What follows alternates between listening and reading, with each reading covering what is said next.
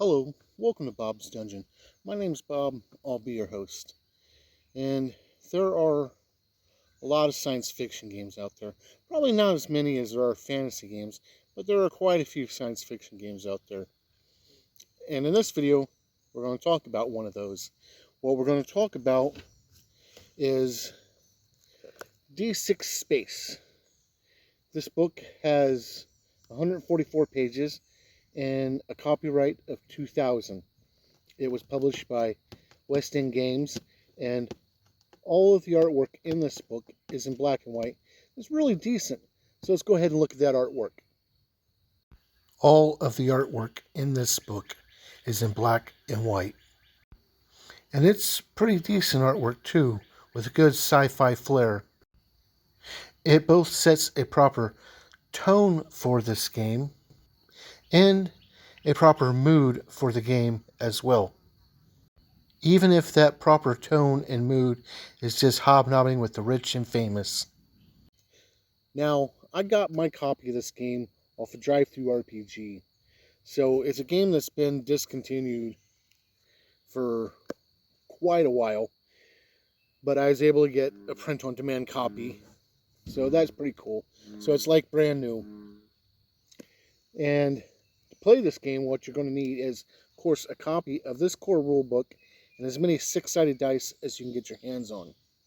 Now, we're going to start with character creation. Character creation in this is very easy. It gives you 3 different ways to build your character. And the first way is the easiest way, and that's to use a template type. They've got several template types in this book, which are pretty much pre-generated characters. They already place the attributes for you and gave you your advantages and disadvantages and stuff like that. All you have to do is split up 7 skill dice amongst the skills they have listed as potential skills for that template and give it a name, and you're ready to play. The next way to make up a character in this game is...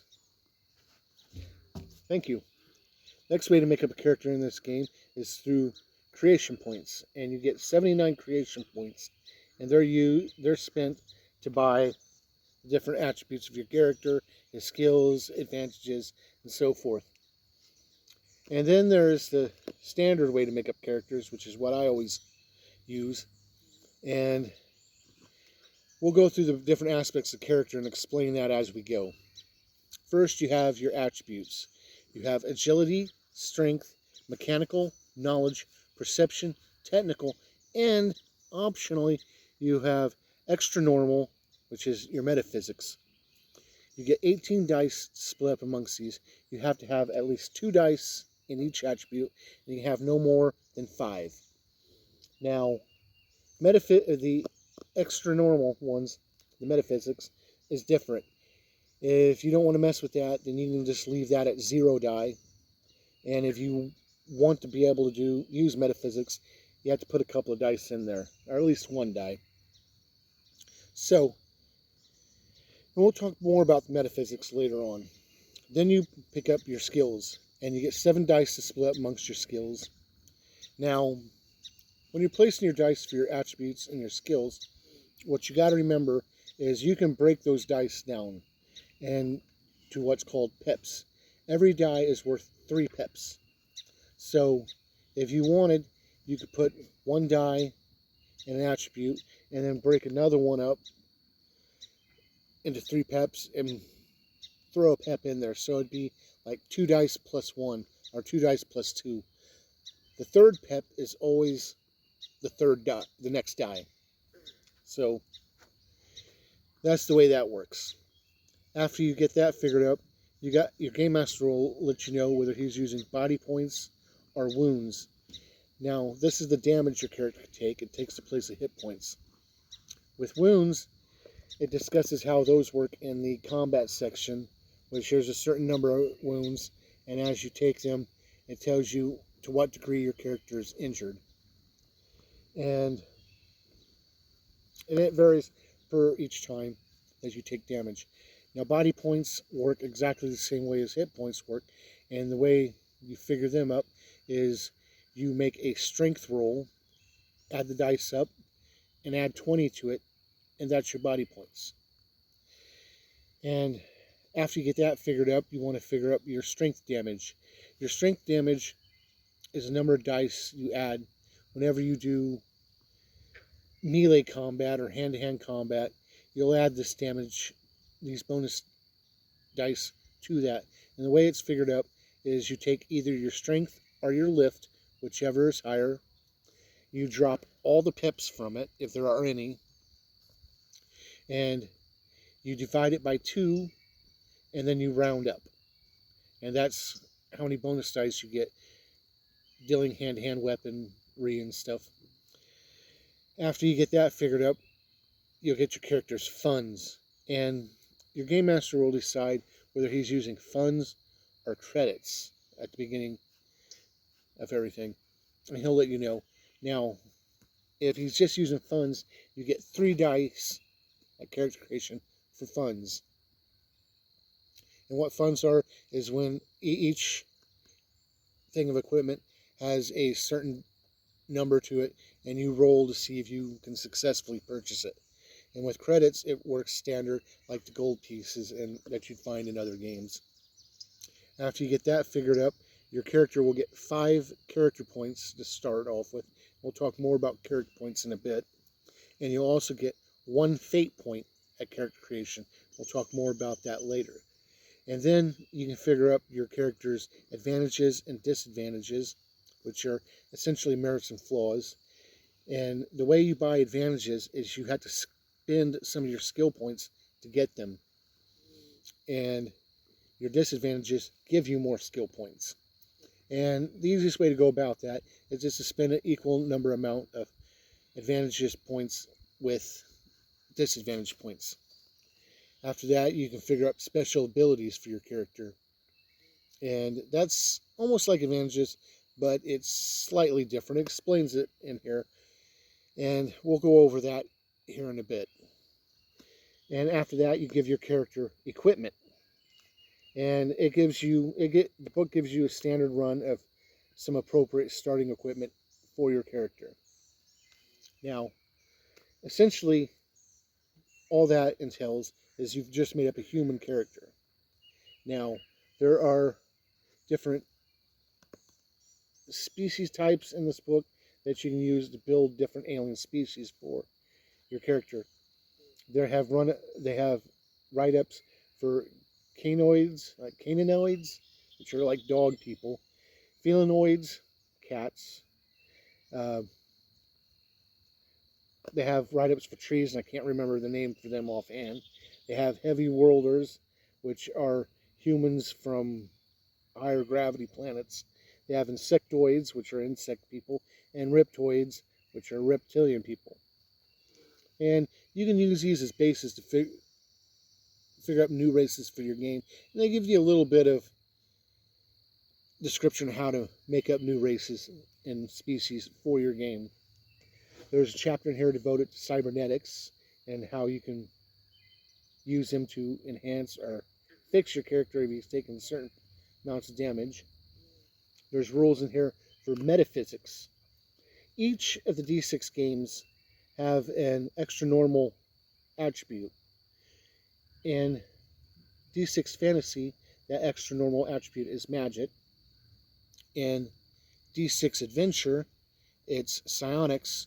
And in here, it's metaphysics. And the metaphysics work pretty much exactly the same way as the force powers in the Star Wars role-playing game. You have 3 skills under metaphysics, and that's channel, sense, and transform. And they're way more expensive to increase their power than normal skills, but that's because they're harder to train. But that's pretty much how that works. And if you have the other books, then you can mix and match, and you can bring magic into your game if you have the D6 Fantasy game, or you can even bring psionics into your game if you have the adventure game. Now, this book has all kinds of neat stuff in it. It has a chapter devoted to equipment, and it gives you all your sci-fi equipment. It has a chapter devoted to your spaceships, and it gives a little bit of a rundown on spaceships, on how to build some. If you have any of the old books from the Star Wars D6 game that Weston Games had put out, any of those ships, any of those vehicles, any piece of equipment, you can drop into this with pretty much no alteration, and it'll work. Now, as your character adventures, he'll gain character points. Character points take the place of experience points. And it may sound weird that you're going to start with character points / experience points at character creation, but there's a reason for that. Your character points can be saved and used to increase your attributes, increase your skills, and other stuff that your character is going to have. Or, during gameplay, you can spend a character point or two when you make a roll to increase that roll by 1 die. And that can be very handy. When you're rolling in this game to do things, then what you do is you add number of dice from the skill you have with the number of dice for the attribute it's attached to. So if you have 2 dice in an attribute and 2 dice in a skill, that's 4 dice you roll to attempt it. One of those dice will be a wild die. And that's not an extra die, that's just one of those 4 die will be a different color die. And it rolls exactly the same as the others. You roll them all, you add them all together, and compare it to the difficulty that the Game Master sets for the task. Now, if that wild die rolls a 1 or a 6, then it matters. If you roll a 6 on the wild die, then that die explodes, and you get to roll another, you add everything together, roll another d6, and add that to your total. And if it was another 6, you add it and roll again and add it, and you keep going until you no longer roll a 6. So that's pretty cool. Now, if it rolls a 1, then something bad happens, and usually you just lose that die and the highest die of whatever's left. And that can be very hurtful, or it could be a complication which you succeed maybe, but something bad happens at the same time. So there's that. And like I said, you can use your character points to augment this. And you can spend your character points. One character point gives you 1 extra die to roll your total. Now, if you decide that you don't want to spend character points, then you make your roll, and then the roll is not good, you can still spend character points to increase it, as long as you haven't found out whether you succeed or fail yet. Once the Game Master tells you whether you succeed or fail, you can't spend the character points. And that goes for fate points as well. Fate points work kind of the same, but only when you spend them, it doubles the amount of dice that you roll, instead of just adds a die. Now, fate points have to be spent before you roll. You can't spend them after you roll. And you can never spend a fate point in the same round, on the same roll as you spend character points. So bear that in mind. Now, this game has all kinds of stuff, like I said, for your sci-fi game. And it keeps it kind of generic so that you can build any type of science fiction adventure you want. It mostly focuses on the fantasy, the space opera type of science fiction. But you could use this game to run a cyberpunk type of thing. Or even if you wanted, you could bring in the D6 fantasy book, bring in the magic and the fantasy creatures, and run a Shadowrun game using this, which would be a whole lot easier than using actual Shadowrun rules. I have some problems with Shadowrun, but that's just me. Anyway, I really like this game, and you can do so much with it, and you can increase what you do if you get the other games. And this brings me to 3 questions. Would I play a character in this game? Absolutely. I used to play a lot of the old D6 Star Wars, and this is essentially the same thing, only with the Star Wars bits filed off. So yeah, I'd play a character in this game. Would I run this game? Absolutely. The D6 system is my favorite system, and I loved running Star Wars, and this game would definitely be up my alley. Would I recommend this game? And I'm going to say yes, I would. This is a good game. If you get the chance to play it, I strongly recommend it. There's just so much you can do with it. And that's pretty much all I got to say for D6 Space. Thank you for joining me at a look at this game. And hopefully you'll join me next time where we'll talk about something else. Bye.